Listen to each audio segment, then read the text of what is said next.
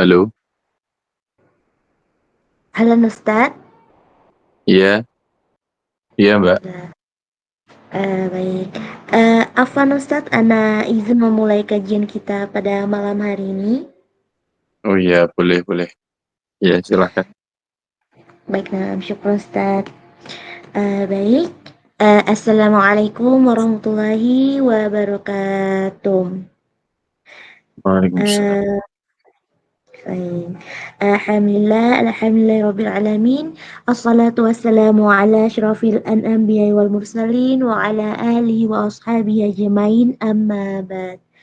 Puji serta syukur marilah kita panjatkan kehadirat Allah Ta'ala dan senantiasa bersyukur atas limpahan rahmat dan nikmat yang telah banyak Allah berikan kepada kita, baik berupa nikmat iman, nikmat sehat, maupun nikmat lainnya sehingga kita bisa dikumpulkan oleh Allah di majelis yang insya Allah diberkahi oleh Allah Ta'ala serta dinaungi oleh para malaikatnya. Salawat serta salam tak lupa kita curahkan kepada baginda Rasulullah Shallallahu Alaihi Wasallam yang telah membimbing kita dari zaman jahiliyah hingga sampai ke zaman modern ini. Masya Allah, mari kita bersama-sama bersalawat kepada beliau dengan mengucapkan Allahumma sholli ala Muhammad wa ala ali Muhammad. Baik, sebelumnya perkenalkan saya Kia. Saya sebagai moderator yang insya Allah akan memandu acara sampai selesai. Berikut sesuai acara kajian kita pada malam hari ini. Yang pertama pembukaan, kedua penyampaian materi, ketiga sesi tanya jawab, dan yang terakhir ialah penutup. Memasuki acara pertama yakni pembukaan, mari kita buka kajian kita pada malam hari ini dengan membaca basmalah bersama-sama. Bismillahirrahmanirrahim. Baiklah, memasuki acara yang kita tunggu-tunggu pada malam hari ini, yaitu penyampaian materi yang insya Allah akan disampaikan oleh Ustadz Misbacum Niam Izuddin atau biasa dipanggil Ustadz Niam. Dan beliau ini teman-teman berasal dari Tuban, Jawa Timur, dan untuk aktivitasnya beliau belajar. Dan untuk tema kajian yang insya Allah akan dibawakan oleh Ustadz itu bertema perempuan menawarkan diri untuk menjadi istri bolehkah? Masya Allah ya teman-teman, tema pada kajian malam hari ini. Baik, tanpa berlama-lama lagi dan menyanyiakan waktu kepada Ustadz Niam, waktu dan tempat kami persilahkan untuk menyampaikan materinya. Iya, baik. Sebelumnya terima kasih. Saya mulai. Assalamualaikum warahmatullahi wabarakatuh. Bismillah, alhamdulillah, wassalatu wassalamu ala rasulillah wa ala alihi wa sahbihi wa man wala. Subhanaka la ilma lana illa ma'allamtana innaka antal alimul hakim. Rabbi syrah li sadri wa yassir li amri wahlul uqdatan min lisani yafqahu qawli. Amma ba'du, kepada teman-teman semuanya yang pada malam hari ini yang insya Allah dirahmati oleh Allah Subhanahu wa Ta'ala dan terus-menerus dalam petunjuk diberikan kecintaan untuk ngaji, untuk belajar, untuk thalibul ilm. Dan alhamdulillah pada malam hari ini baru pertama kali saya ya. Saya juga nggak tahu ini komunitasnya komunitas apa, terus seperti di mana letaknya, terus maksud dan tujuan dari komunitas ini apa. Tapi ala kulli hal ini baik untuk ngaji secara online, meskipun orang-orang lain mungkin pada sibuk dengan urusannya masing-masing, tapi pada malam hari ini alhamdulillah kita berkesempatan untuk bisa ngaji bareng-bareng. Dan pada malam hari ini kebetulan kami dapat tema yaitu wanita bolehkah menyampaikan keinginannya duluan untuk menikah, untuk bolehkah cewek nembak duluan. Kalau dalam bahasa sekarang kan gitu. Ustadz, saya sering ditanya, Ustadz, bolehkah cewek itu nembak duluan, Ustadz? Kita mungkin mulai saja untuk pembahasannya. Ini kira-kira berapa menit ya biasanya, Mbak Moderator? Halo, ini ada yang dengerin nggak ya? Afwan Halo, Mbak. Ustaz 30. Ya, Afwan Ustaz, kedengaran Ana? iya, iya. Biasanya berapa menit ini?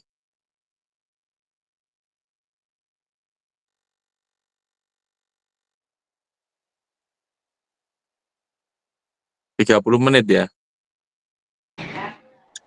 30 menit Ustaz. Iya. Ya, langsung saja akan saya mulai ya. Mungkin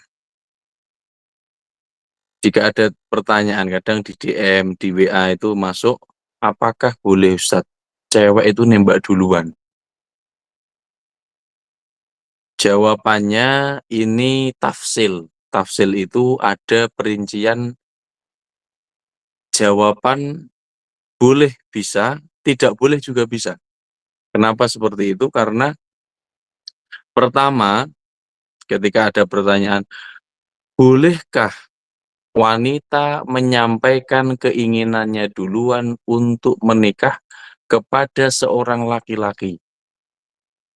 Kalau menurut para ulama itu ya, kalau menurut ustadz-ustadz sekarang kurang tahu ya, tapi kalau menurut para ulama kita mengacu pada dawuhnya para ulama, kemudian ada kejadian-kejadian pada zaman Rasulullah Shallallahu Alaihi Wasallam juga, itu ada ternyata cewek yang nembak duluan, itu ada. Tapi itu dikomentari oleh para ulama. Ya.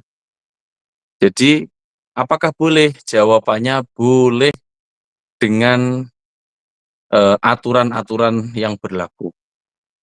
Jadi misalkan saya jawab boleh ya. Yang pertama harus menata niat.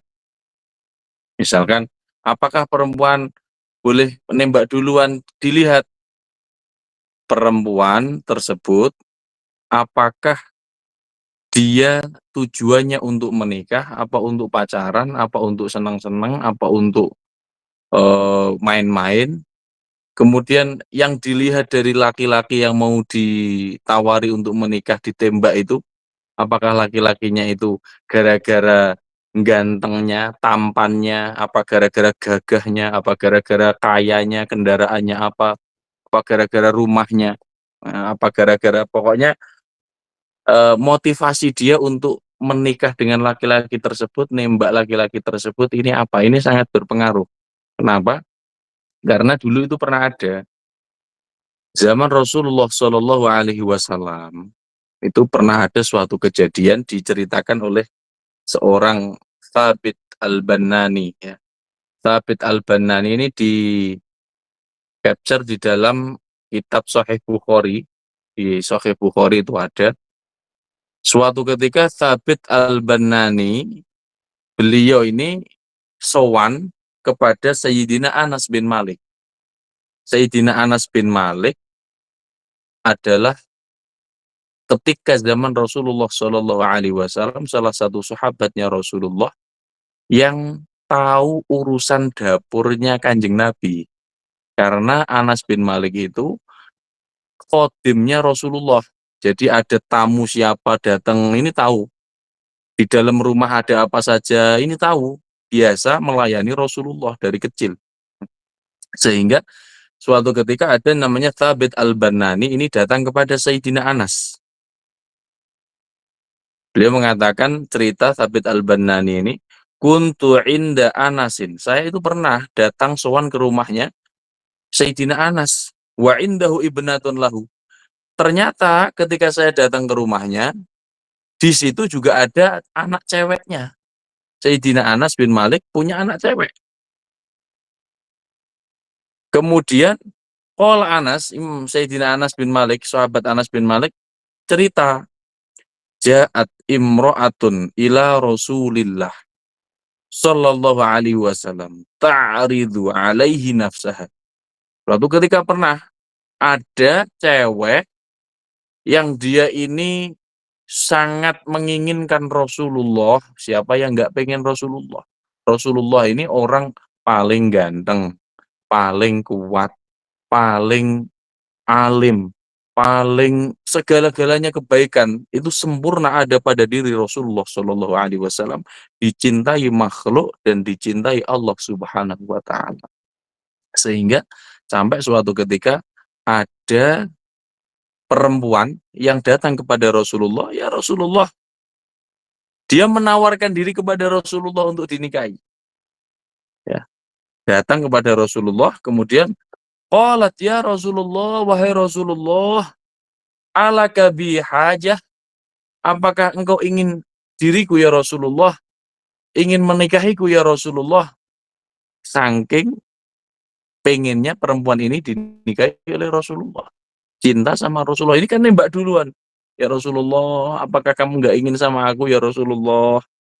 Apakah nggak ingin dinikahi sama aku ya Rasulullah? Aku pengen sama engkau ya Rasulullah. Ya, dengar kayak gini karena ya naluri cewek lihat kayak gini tuh biasanya agak risih.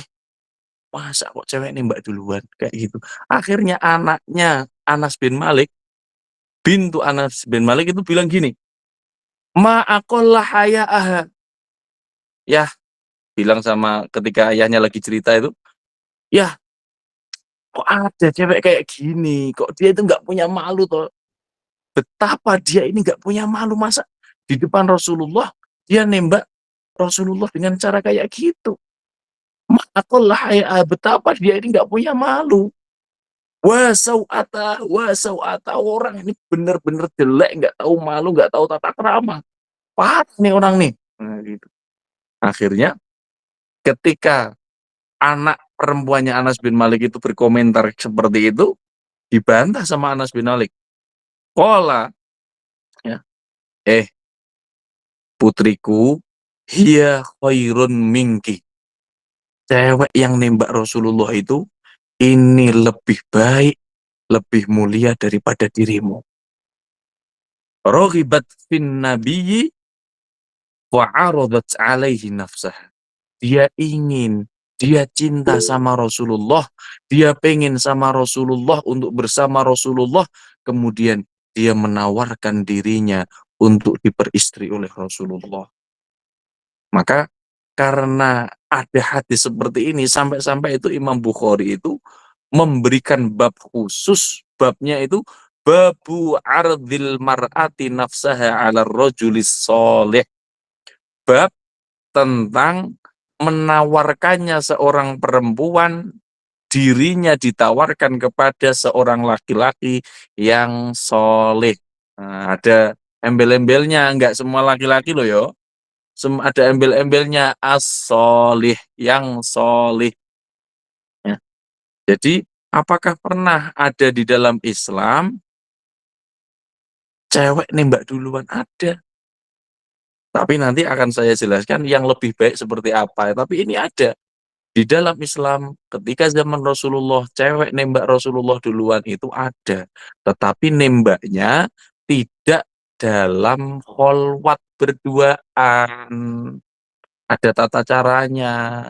Yang dilihat juga bukan gara-gara gantengnya, bukan gara-gara tampannya, gagahnya, perkasanya, mobilnya, rumahnya, dompetnya, bukan itu yang dilihat. Ya. Maka banyak para ulama ya yang mensyarahi Sahih Bukhari itu memberikan komentar, di antaranya Imam Ibnu Hajar Al Asqalani ya. Imam Ibnu Hajar itu pengarangnya Fathul Bari itu.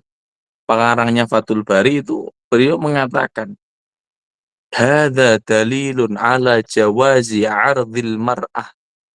Ini adalah dalil bahwasanya bolehnya seorang perempuan untuk menawarkan dirinya kepada seorang laki-laki yang solih. Tetapi ada syaratnya. Kenapa? Apa syaratnya? Kata Imam Ibnu Hajar, Yang terpenting adalah tidak membuat perempuan itu menjadi hina, menjadi buruk, menjadi rendah. Ya. Jadi cara ini juga penting. Apakah boleh? Boleh, tapi caranya harus benar. Satu, caranya tidak dalam keadaan berdua-duaan saja. Masalahnya kan kalau sekarang kan di kuliah-kuliah ya, cewek cowok janjian dulu biasanya. Nanti mau nggak makan sama aku pulang kuliah di sini berduaan. Akhirnya di berdua-duaan, wah katanya Ustadz kemarin boleh ya nembak duluan. Nah ini nggak selesai nih ikut kajiannya ini. Boleh tapi ada caranya. Nggak boleh berdua-duaan. Kholwah dua orang yang juga tidak mahram ini haram. Kok dia kholwah menyampaikan, wah aku ini kayaknya pengen kamu nikahi. Nah, atau sampai-sampai kadang-kadang, oke, kalau cewek sekarang kan pinter-pinter gombal. Kemarin saya lihat di IG itu ada kok cewek tiba-tiba bilang gimana sama cowok baru kenal, baru ketemu pertama kali. Itu bilangnya gimana kemarin ya? Kamu tahu nggak bedanya aku sama ikan katanya? Kalau ikan itu tidak bisa hidup tanpa air. Kalau aku tidak bisa hidup tanpa kamu. Ah, pret ya. Masa kok cewek kok gombal kayak gitu? Apa-apa baru ketemu langsung gombal. Maka pertama kali boleh nembak duluan satu kepada orang yang solih. Dilihat ilmunya, dilihat solihnya, dilihat apakah ini cocok untuk jadi imamku dan mendidikku, mendidik anak-anakku, apakah dia mampu untuk menyampaikanku nanti sampai pada Allah Subhanahu wa Ta'ala. Dilihat, jangan kok angger tiba-tiba ada cowok laki-laki cakep ya, keren kayak opa-opa Korea. Biasanya kan kalau cewek-cewek sukanya kayak opa-opa Korea ya, bawanya mobil langsung nggak tahu apa-apa, langsung digombalin kayak yang ada di video di IG kemarin saya lihat itu kayak gitu. Itu kan parah. Maka caranya tidak boleh kholwah. Caranya harus dengan yang baik. Ya, harus bareng-bareng. Misalkan ngajak temennya lah, di tempat keramaian lah. Tapi tujuannya adalah untuk agama, bukan untuk hal-hal duniawi. Karena dalam syarah lain ya, Imam Aini itu mengatakan di dalam Umdatul Qori, syarahnya Sahih Bukhari juga, beliau itu sampai mengatakan, qaulu Anas li bintihi. Nah, memberikan komentar, syarahnya ini, ulama ini memberikan komentar. Anas berkata kepada anaknya, bahwasanya anaknya itu, cewek yang nembak Rasulullah itu lebih baik loh dari kamu. Bilang sama anak perempuannya yang komentar tadi itu. Perkataan Anas ini dalilun ala jawazi ardil mar'ati nafsaha ala rajuli soleh.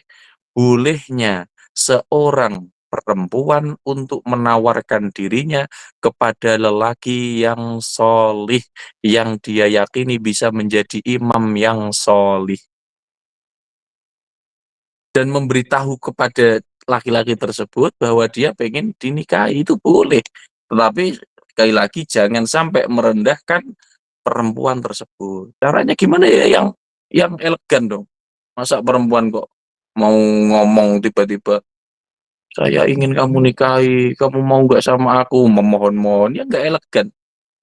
Ya, tetap dengan cara-cara yang indah, yang elegan. Ini ketika niatnya karena, oh ini kok laki-laki soleh banget, ganteng banget, wah ini uangnya ya banyak, ini kok bisa ngaji, oh ini kok pinter baca kitab, wah ini kok bisa membimbing saya, wah aku pengen itu ya Allah, pengen itu ya Allah. Udah dikasih kode-kode, ternyata laki-lakinya lempeng aja dia, nggak ada ngeh sama sekali. Ya sampai karena udah dikasih kode tetap nggak tahu, udah dikasih, ini loh aku ini sebenarnya pengen loh sama kamu, ini pengen loh sama kamu, tapi nggak ada ngeh-ngehnya, nggak bilang apa-apa.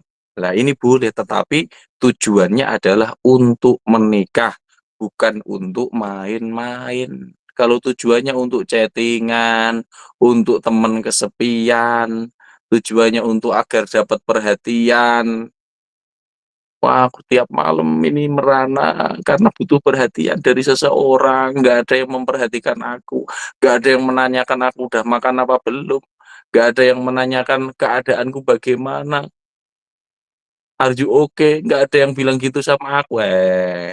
Nggak boleh. Kalau kalau motivasinya seperti itu nggak boleh. Jadi motivasinya harus memang karena ingin lelaki yang solih, karena kalau tidak dikejar, ya nggak dapat dong.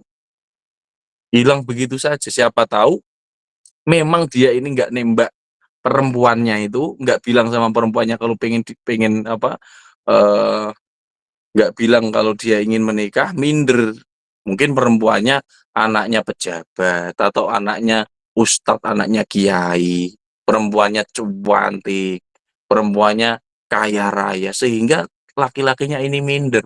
Maka kadang-kadang itu boleh, asalkan dengan cara yang benar, ya, yang tidak merendahkan harkat martabat perempuan tersebut, dan tujuannya adalah Allah, bukan tujuannya gara-gara tampannya, gara-gara kayanya, gara-gara rumahnya. Itu tujuan-tujuan duniawi.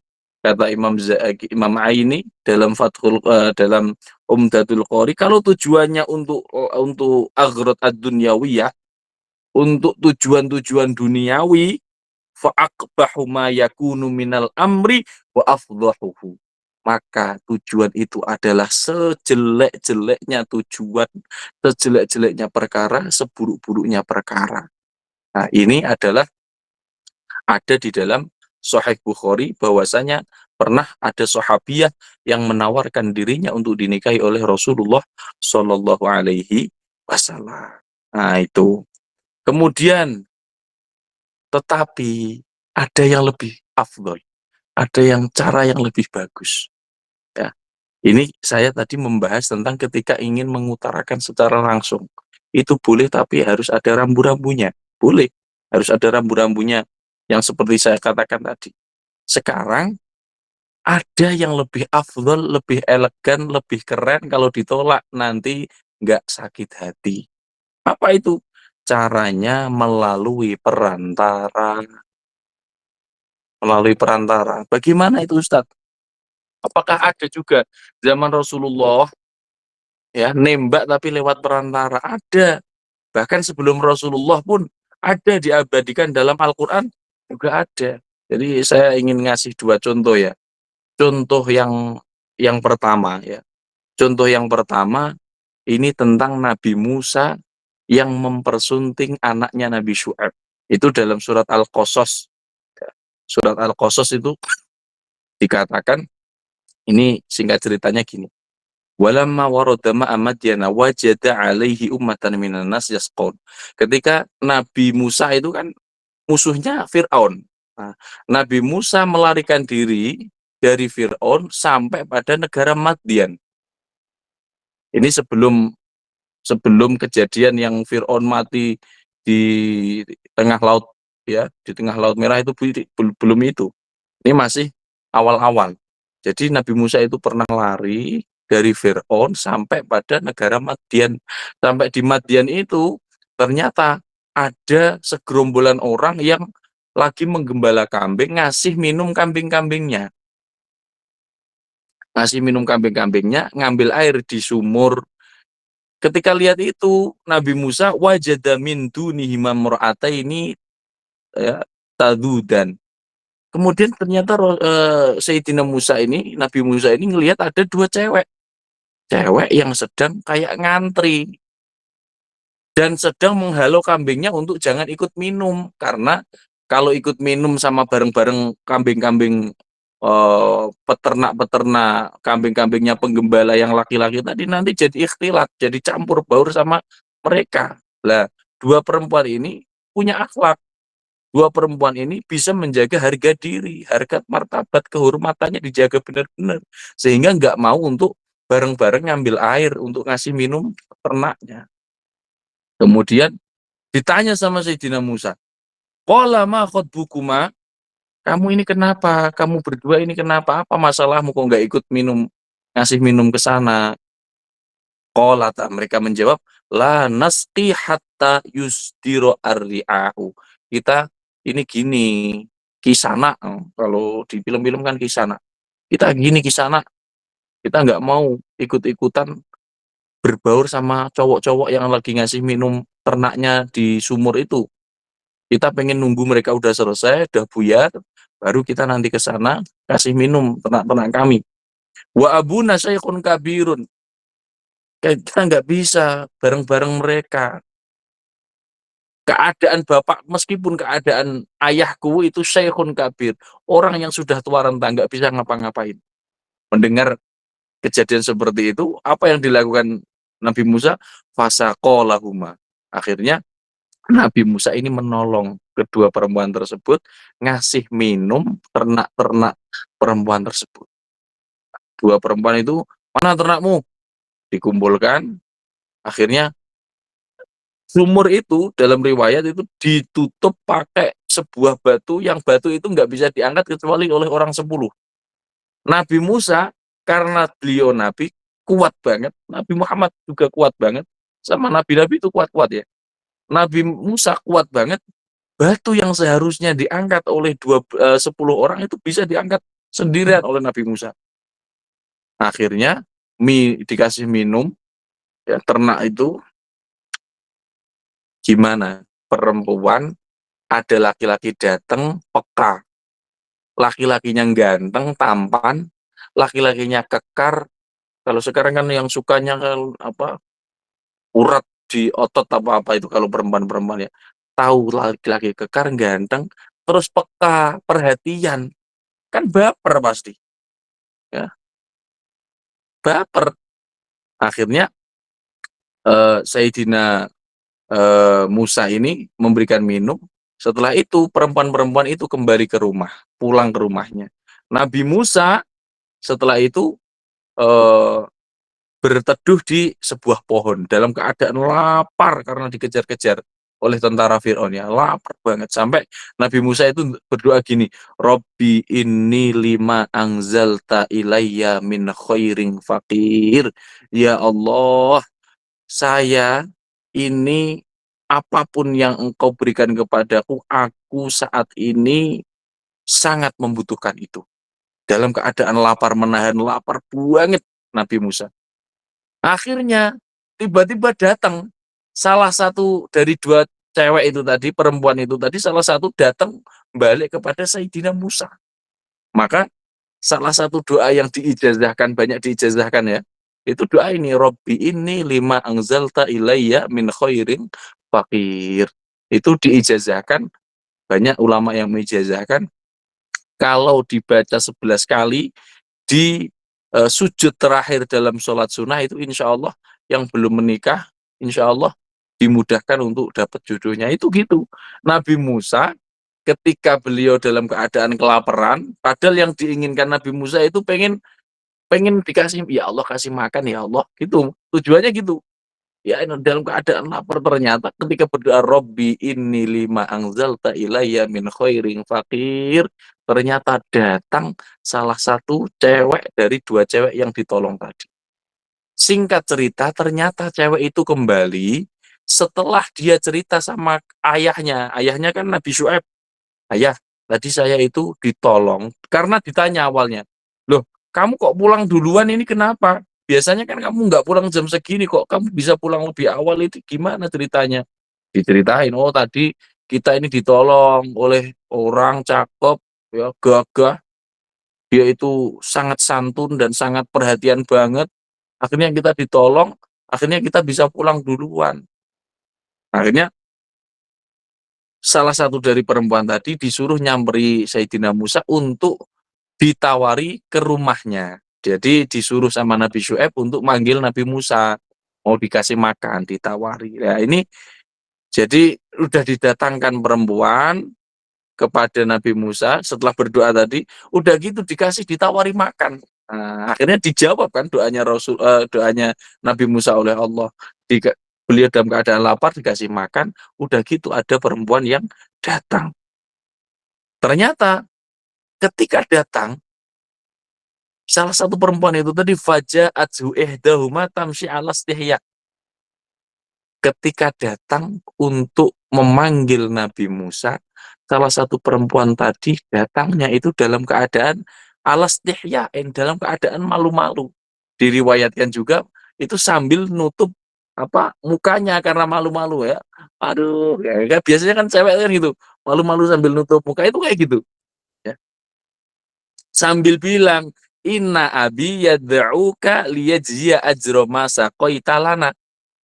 Gini Mas, Bapak itu di rumah, ini memanggilmu, diajak ke rumah Mas, untuk dikasih ini, apa, balasan dari bantuan kamu tadi Mas. Tapi lihat itu Nabi Musa ini, Nabi Musa nggak mau sebenarnya di dalam hati, nggak pengen, ikhlas soalnya, membantu tanpa pamrih, nggak pengen dikasih apa-apa. Tapi akhirnya Nabi Musa ini mau, ya, mengikuti. Lah ketika dalam keadaan mengikuti ini, perempuan ada di depan, Nabi Musa di belakang, ternyata terlihat apa sakoiha, terlihat betisnya. Gara-gara angin tertiup, betis perempuan tadi terlihat. Akhirnya Nabi Musa yang ada di belakang minta, oh kalau kalau gitu kamu di belakang aja. Oh, nggak sengaja terlihat. Di situ Nabi Musa karena melihat tanpa kesengajaan, ini perempuan kok malu-malu, ini perempuan kok sangat menjaga kehormatannya, ini perempuan kok Masya Allah banget. Akhirnya timbullah rasa benih-benih cinta pada Nabi Musa. Begitu juga perempuan tadi itu mulai baper sama Nabi Musa. Baper karena, oh ada ya laki-laki ganteng, perhatian, peka, suka menolong. Ternyata dia itu sangat-sangat menjaga kehormatan seorang wanita.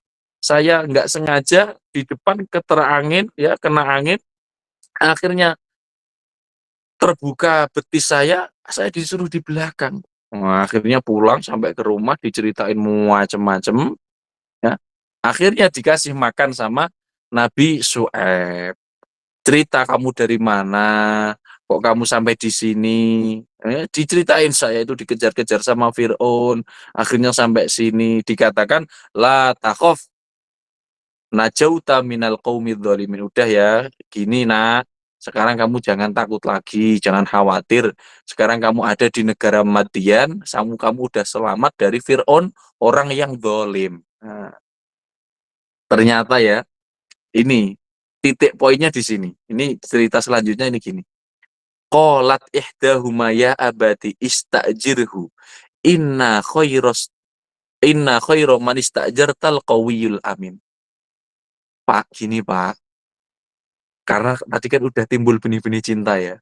Ini ceweknya ini tidak langsung nembak Nabi Musa, tidak. Tidak langsung ngomong ke Nabi Musa, tidak. Tetapi bilang sama bapaknya, Pak gini Pak. Salah satu dari putrinya yang tadi itu bilang kepada ayahnya, ya abadi istajirhu. Ya. Abadi ayah, bapakku, jadikanlah dia pekerja kita ayah. Biar dia ada di sini karena dia itu orang kuat. Bilangnya kayak gitu, padahal sebenarnya dia ini pengen dinikahkan sama Nabi Musa. Akhirnya Nabi Syuaib ini paham, oh maksudnya anakku ini gini, dia udah cerita, ada laki-laki solih, ada laki-laki kuat, ganteng, amanah, terus dia menjaga kehormatan wanita, sudah baper, pol-polan baper ya, yang cewek ini tadi. Akhirnya paham, ayahnya paham, akhirnya diabadikan dalam Al-Quran, Qala inni uridu an ungkihaka ihdabnatayya hataini. Nabi Syuaib berkata sama Nabi Musa, gini ya, saya itu pengen nikahin kamu sama salah satu anak dua ini. Salah, salah satu pengen tak nikahin sama kamu. Maharnya ala anta juroni sama nia ijajin. Tapi kamu harus jadi pengembalaku ya selama 8 tahun. Kamu mau nggak saya nikahkan? Tapi syaratnya kamu harus bantuin aku gembala kambing sampai 8 tahun. Mau nggak kamu? Akhirnya Nabi Musa mau. Karena itu tadi Nabi Musa lihat cewek tadi juga sangat-sangat menjaga kehormatannya. Seorang yang tidak mau ikhtilat sama laki-laki ketika dalam bekerja. Tadi kan bekerja menggembala kambing nggak mau ikhtilat. Kemudian sangat menjaga kehormatan, sangat malu. Nah, ini akhirnya saling-saling ya inilah eee, saling menjaga satu sama lain. Nah, ini tata cara yang paling baik. Apa itu? Ketika ada perempuan mencintai atau ingin sama laki-laki soleh, laki-laki yang dia cintai, maka jangan langsung ngomong sendiri, tapi lewat perantara, lewat ayahnya, ya. Misalkan punya ayah, "Pak, tolong dong Pak, itu ada laki-laki baik itu Pak, anaknya itu kayak gini, solid, dia itu pokoknya bagus banget Pak. Tolong Pak itu ditanyain, nah, ditawarin, mau nggak sama aku?" Ditanyain. Itu paling bagus, paling top itu lewat perantara, lewat temennya, lewat kakaknya, lewat adiknya, itu bisa juga. Itu yang paling bagus, karena itu yang diabadikan di dalam Al-Qur'an. Ini yang pertama. Yang kedua ada lagi, udah selesai apa belum nih?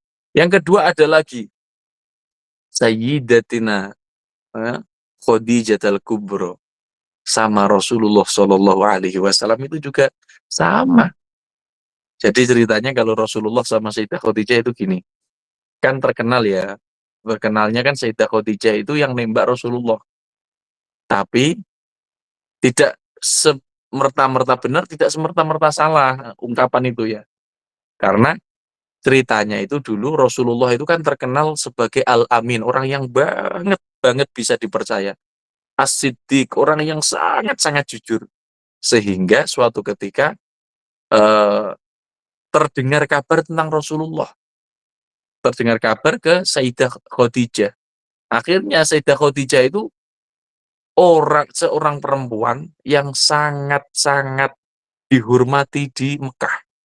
Dia wanita kaya, wanita cantik, eh, kaya, cantik.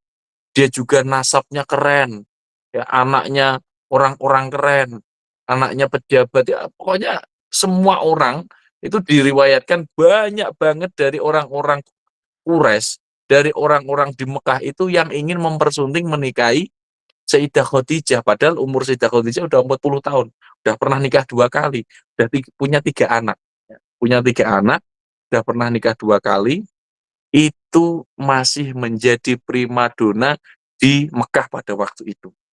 Ingin banyak laki-laki yang mempersunting, ditolak, pengen ditolak, sampai akhirnya Sayyidah Khadijah ini dengar kabar tentang Nabi Muhammad, belum jadi nabi waktu itu ya, umurnya masih 25 tahun Rasulullah.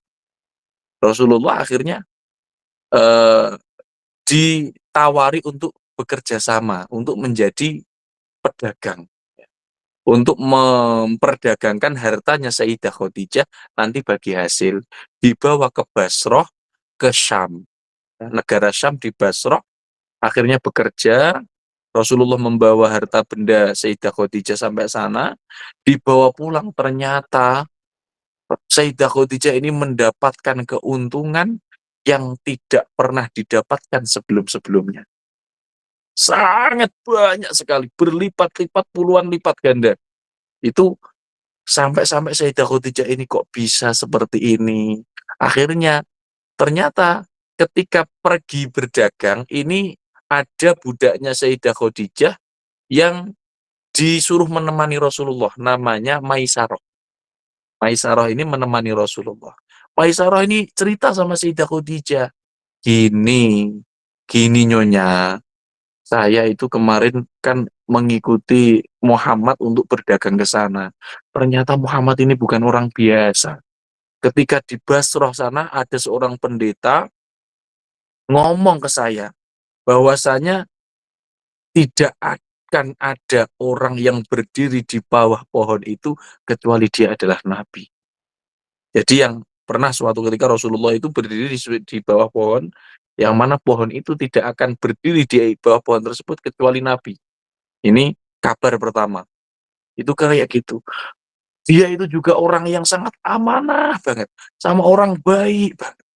Bahkan ketika dalam keadaan panas, kok matahari ini panasnya lagi terik-teriknya, nanti akan ada dua malaikat yang akan menaungi Muhammad ini di atasnya, sehingga Muhammad ini tidak kepanasan.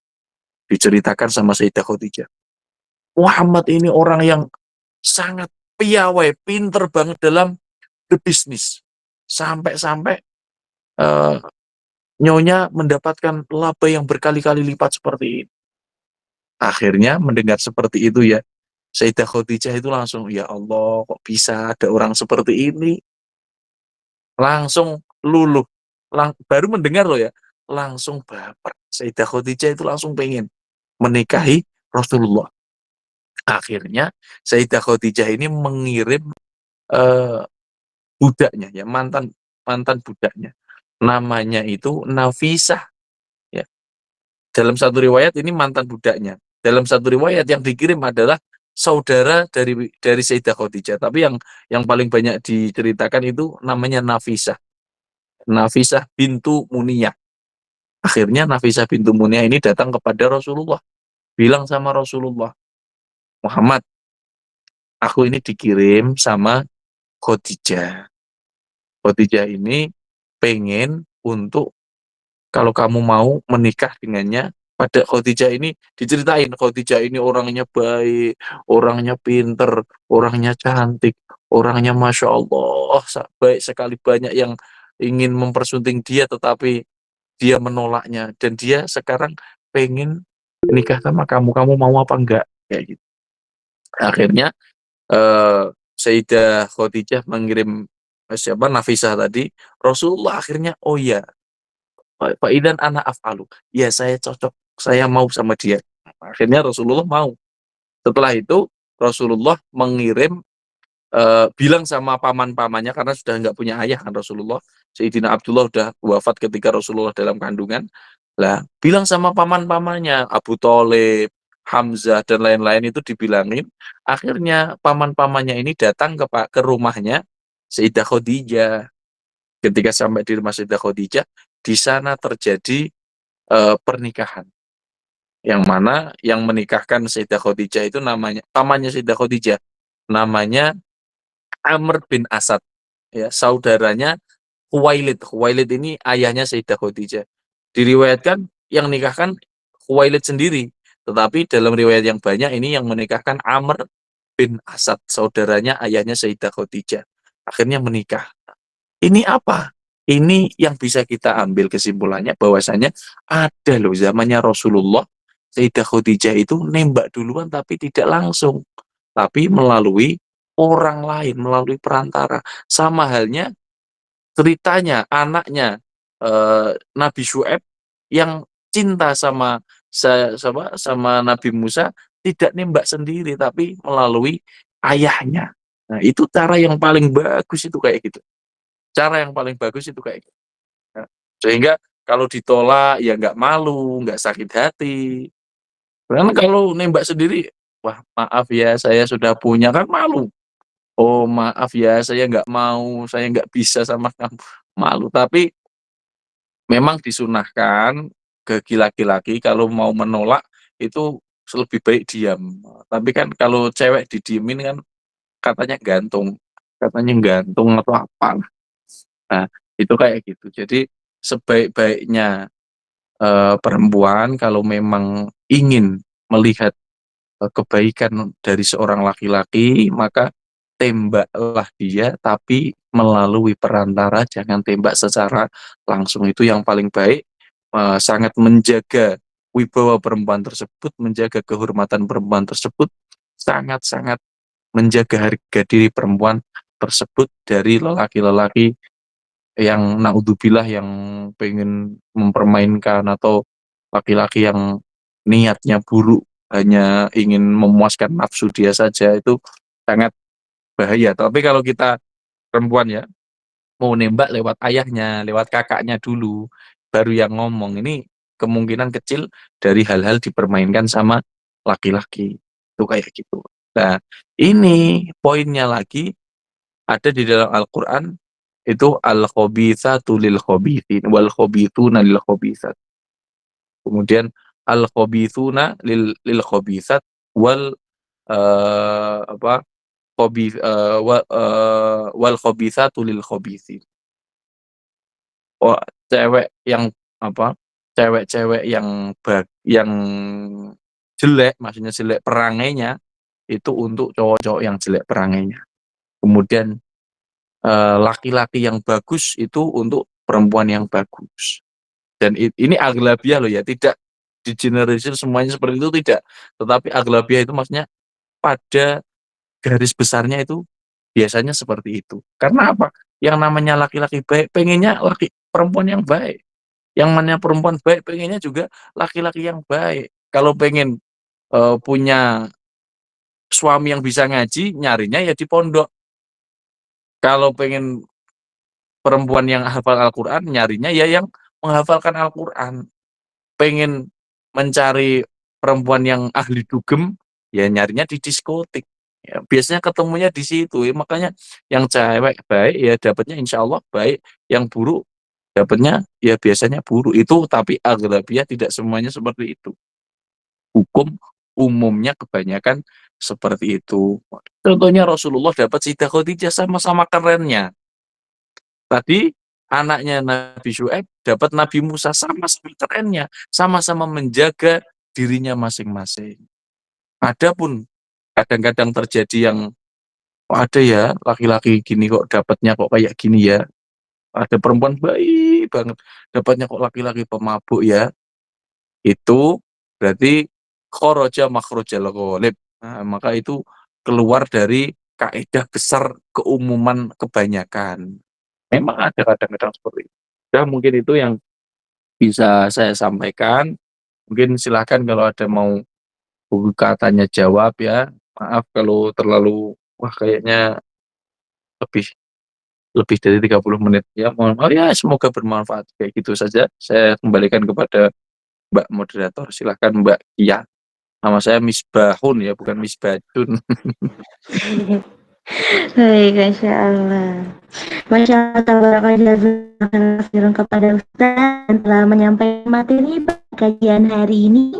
Semoga bermanfaat dan dapat dipahami dengan baik oleh kita semua. Baik, memasuki sesi berikutnya yakni sesi tanya jawab. Jika ingin bertanya silahkan ketik di kolom pesan.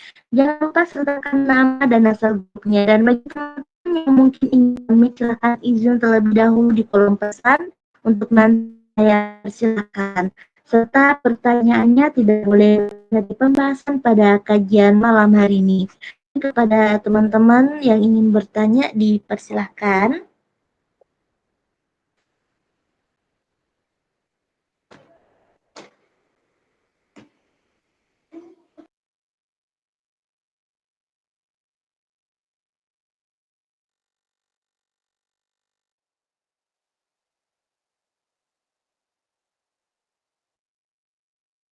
Gak ada yang nanya. Silakan teman-teman.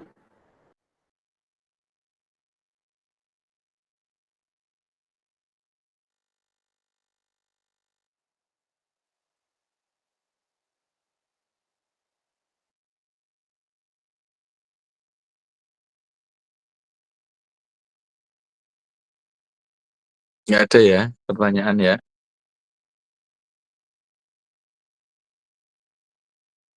Bagaimana cara oh ya,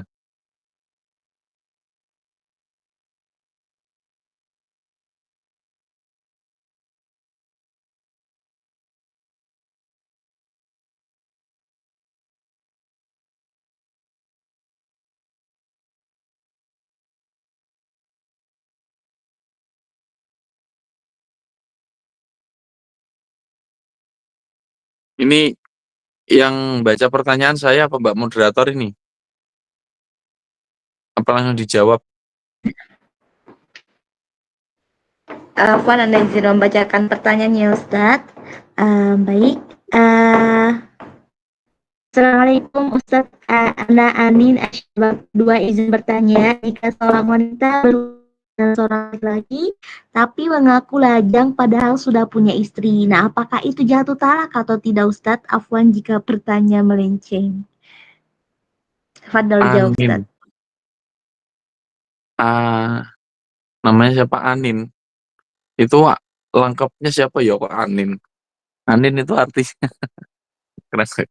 Ya, saya Syabab dua izin bertanya. Jika seorang wanita berhubungan dengan seorang laki-laki, tapi mengaku lajang, padahal sudah punya istri, apakah itu jatuh talak atau tidak? Maaf jika pertanyaan melenceng. Dia itu hal-hal seperti itu masuk dalam kinayah, ya.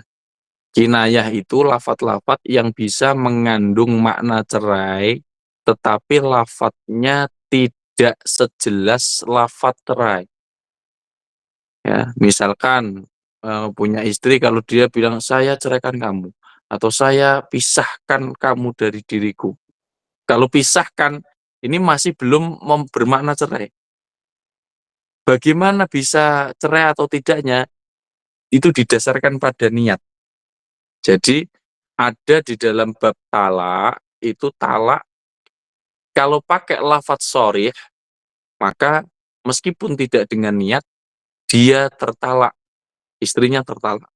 Tetapi kalau pakai lafadz-lafadz yang itu mengandung ihtimal atau mengandung interpretasi lain yang itu namanya kinayah, tidak sharih ya. Kalau lafadz kinayah, maka terjatuhnya talak harus disertai dengan niat. Kalau nggak ada niat, maka tidak terjadi talak kayak gitu. Nah, itu kan yang jadi masalah kan membohongi membohongi cewek yang diajak berhubungan baru sama laki-laki itu. Kalau mengaku dia lajang, kalau dia bilangnya lajang itu tidak dengan maksud untuk menceraikan istrinya, ya istrinya nggak tercerai karena itu termasuk kinayah, tidak termasuk lafat-lafat sorry kayak gitu. Kemudian pertanyaan izin bertanya bagaimana cara menolak laki-laki karena agamanya kurang baik. Kan menolak laki-laki itu, ini saya langsung bacakan aja ya Mbak Kia ya, biar nggak bolak-balik ya. Izin bertanya bagaimana cara menolak laki-laki karena agamanya kurang baik. Ya nggak usah dibilangin lah agamanya kurang baik. Ya kalau kita mau menolak ya bilang saja dengan cara-cara yang baik, tapi nggak usah dikasih tahu alasannya. Misalkan nggak mau kamu jelek, nah, kan sakit hati, malah menyakiti hati orang. Nggak mau kamu aja nggak mau sholat kok, nggak usah dibilang alasannya. Maaf, saya masih pengen belajar misalkan. Maaf, saya sudah ada calon. Maaf, saya belum bisa. Ya kayak gitu saja, tidak usah diberitahu alasannya. Ya cara menolak itu banyak sekali lah caranya. Ya. Ya mungkin seperti itu cara menolak. Yang penting kalau menolak itu dengan cara yang baik. Jangan sampai kita menolak justru malah menghinakan laki-laki tersebut. Ini yang biasanya biasanya terjadi ya. Banyak banget cewek kemudian merasa dirinya itu cantik, merasa dirinya itu berharga, tetapi ketika ada cowok yang menembak dia, justru malah dihinakan dengan cara-cara yang kamu itu lo nggak ngaca misalkan. Enggak kayak gitu kok, kamu tuh punya apa? Ah, ya jangan sampai kayak gitu karena yang namanya seorang muslim itu al-muslimu man salima eh, al-muslimu man salima muslimu min yadihi walisanihi ya. Seorang muslim itu jika ada orang muslim lain yang selamat dari lisan dan tangan orang muslim tersebut, maka itu muslim yang sempurna. Nah, janganlah kita menyakiti hati orang lain itu jangan sampai. Kemudian, Assalamualaikum Afwan Ustadz, izin bertanya, sebaiknya hal apa saja yang perlu dipersiapkan dengan matang dari seorang wanita ingin menawarkan dirinya untuk dinikahi selain ilmu dan niat karena Allah. Jadi persiapan untuk menikah ya dari seorang wanita. Yang namanya wanita kalau pengen menikah Nomor satu itu pasti ilmu. Selain ilmu dan niat karena Allah, yang perlu disiapkan adalah mental. Mental itu apa? Mental itu perasaan yang sudah bertekad bulat untuk menikah, mempersiapkan diri untuk menikah. Kadang-kadang ilmunya juga udah ada. Kadang-kadang niatnya karena, wah aku pengen itu karena dia pinter ya Allah. Tapi gara-gara kurangnya mental, kurangnya ya pembelajaran dalam ilmu rumah tangga, bagaimana memahami orang lain, gara-gara egois, maka nanti jadinya malah saling menyakiti. Yang ini karena kalau saling apa ya membenturkan ego sama lain, jadinya nanti malah saling menyakiti. Maka yang perlu dipersiapkan selain ilmu dan niat karena Allah, yaitu tadi mempersiapkan mental dalam diri kita sendiri. Tapi yang paling bagus ya memang ilmu. Ilmu yang sudah diamalkan, maka itu akan terrealisasi menjadi adab, dan adab itulah mental kita untuk menikah ya. Karena ilmu saja kalau nggak diamalkan itu nggak terjadi adab. Adab itu apa? Adab adalah ilmu yang diamalkan. Kalau sudah kita beradab, membiasakan adab, membiasakan ilmu, maka akan menjadi mental bagi diri kita. Itu kayak gitu yang perlu disiapkan. Ya, itu saja. Apalagi ada lagi?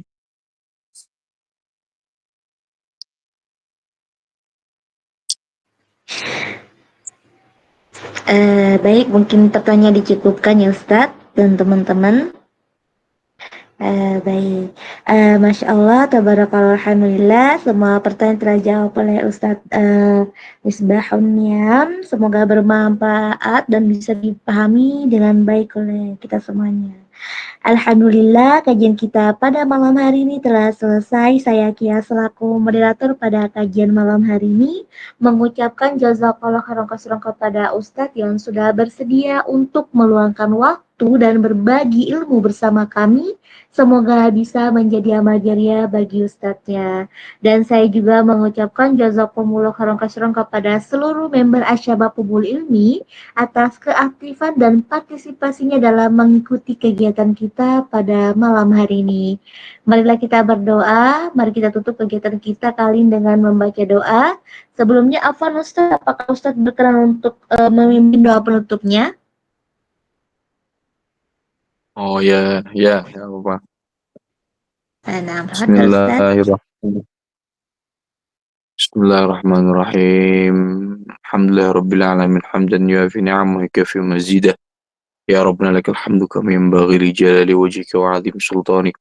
Allahumma inna ta'abbadtana bi du'aika li 'ibadika wal amru kulluhu bi yadik wa nas'aluka yan bi hadzal amr wa fi imtithal hadzal amr. Anta tadaraka 'anna wal muslimin ترحمنا والمسلمين فرج كربه وارفع الشدائد عنهم وانفع بعلمي علم جهلهم وانفع بعلمي علمهم اشفي مرضهم وعاف مبتلاهم وارحمهم يا رحمن وتولهم يا متولي كن لهم يا كريم. اللهم إنا نسألك نظرة من نظراتك العالية تؤم خيرتها البرية والأمة محمدية في الظاهرة والخفية. اللهم يا ميسر كل عسير ويا جابر كل كسير عسر علينا يسر علينا كل عسير فتيسر عسر عليك يسر. اللهم يا من لا يحتاج إلى بيان تحشر حاجتنا كثير وأنت عليم بها وخبير. ربنا آتنا في الدنيا حسنة وفي الآخرة حسنة وقنا عذاب النار وادخلنا الجنة مع الأبرار يا عز وغفير رب العالمين. وصلى الله على سيدنا محمد وعلى آله وصحبه وسلم. سبحان ربك رب العزة عما يصفون السلام على المرسلين والحمد لله رب العالمين. ولا حضرة النبي محمد صلى الله عليه وسلم. الفاتحة.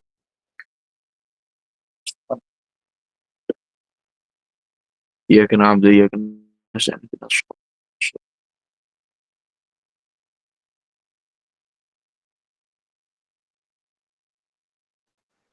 Amin ya rabbal alamin. Baik, Masya Allah, sekali lagi saya sebagai moderator pada kajian malam hari ini serta mewakili seluruh jajaran admin Majelis Alim Asyabab Nurul Ilmi pada malam hari ini meminta maaf jika ada kesalahan, tindakan dan perbuatan kami yang kurang berkenan karena kebenaran datangnya dari Allah Ta'ala dan kesalahan murni datang dari kami. Semoga Allah memberikan kemudahan dan keberkahan kita dalam menuntut ilmu.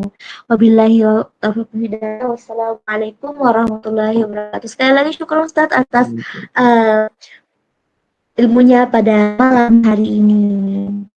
Ya, sama-sama, Mbak, sama-sama. Ini langsung keluar aja ya. Nah, Ustadz. Ya. Syukran. Assalamualaikum. Waalaikumsalam warahmatullahi wabarakatuh. Buat teman-teman, terima kasih atas hari ini. Dan jangan lupa seperti biasa